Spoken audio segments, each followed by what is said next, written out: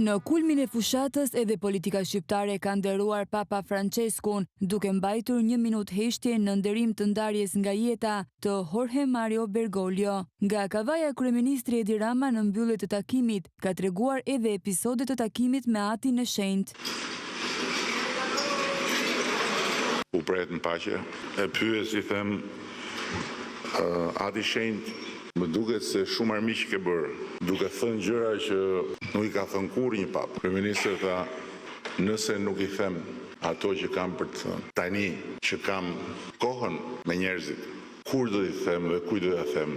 Krimbave, kur të shkojnë varë. Nga ana tjetër, lideri i opozitës Sali Berisha e nisi takimin në Pug dhe Fusharës me 1 minutë heshtje, duke e cilësuar Papa Franceskun një burr të madh të njerëzimit dhe një mik të shuar të kombit shqiptar. Ju ftoj të nderoj me 1 minutë heshtje një burr të madh të njerëzimit, një mik të shquar të kombit shqiptar, Papa Franceskun, i cili u ndas sot nga jeta.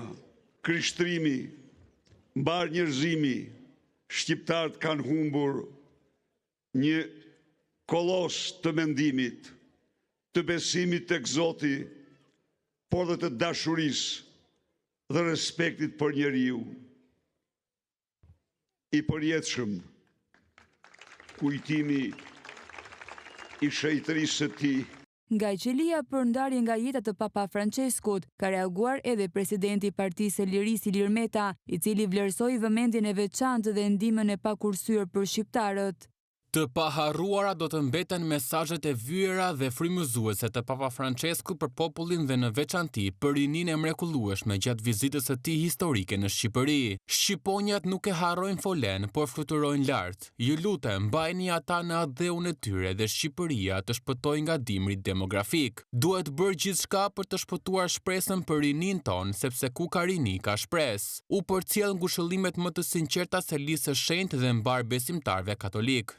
Për presidentin Bajram Begaj, Ati i Shenjtë iku në qiell, por la në tokë trashëgimi dhe mshurinë, dashurinë dhe përkushtimin ndaj çdo njeriu, çdo besimtari e çdo feje.